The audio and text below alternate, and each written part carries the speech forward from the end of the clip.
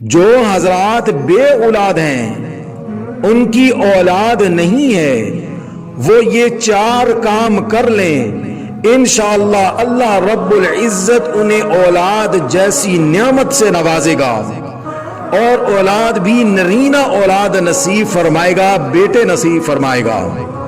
وہ 4 کام یہ ہیں کہ نمبر 1، استغفار کی کثرت کرو، کثرت کے ساتھ استغفر اللہ استغفر اللہ استغفر اللہ ربی من کل ذنب واتوب الیہ، اس کو کثرت کے ساتھ پڑھیں وہ حضرات جن کی اولاد نہیں ہے، میاں بیوی ایک۔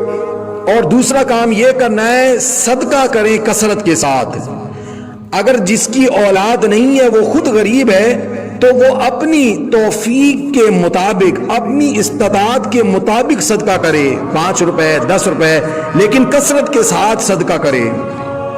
اور تیسرا کام یہ کرنا ہے ہر فرض نماز کے بعد 11 مرتبہ یہ دعا مانگنی ہے، اور یہ دعا قرآن مجید کے اندر موجود ہے، ربی لا تذرنی فردا وانت خیر الوارثین۔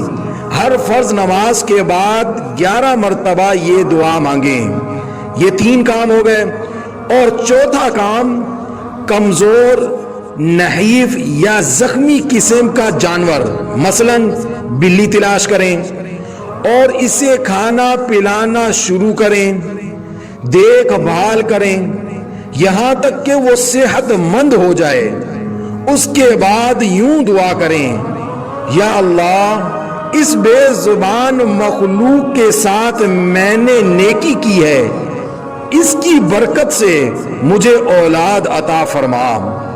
انشاءاللہ تعالی اللہ تعالی اولاد سے نوازیں گے۔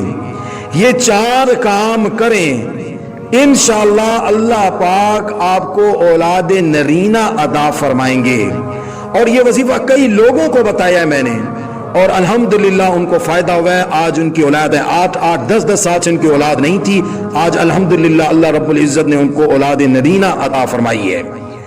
تو یہ 4 کام کرنے ہیں، ان میں سے چوتھے کام ضرور کرنا ہے۔ کوئی ایسا جانور دیکھیں جو کمزور ہو یا زخمی ہو، اس کو پالیں اپنے پاس، اس کو کھانا پلانا شروع کریں، اس کی دیکھ بھال کریں یہاں تک کہ وہ صحت مند ہو جائے۔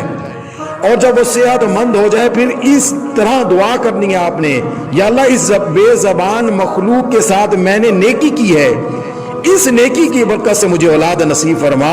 انشاءاللہ تعالی اللہ رب العزت اس جانور کے ساتھ آپ کا اچھے برتاؤ کی وجہ سے اور اس کے دیکھ بھال کی وجہ سے اللہ رب العزت آپ کو اولاد نصیب فرمائیں گے۔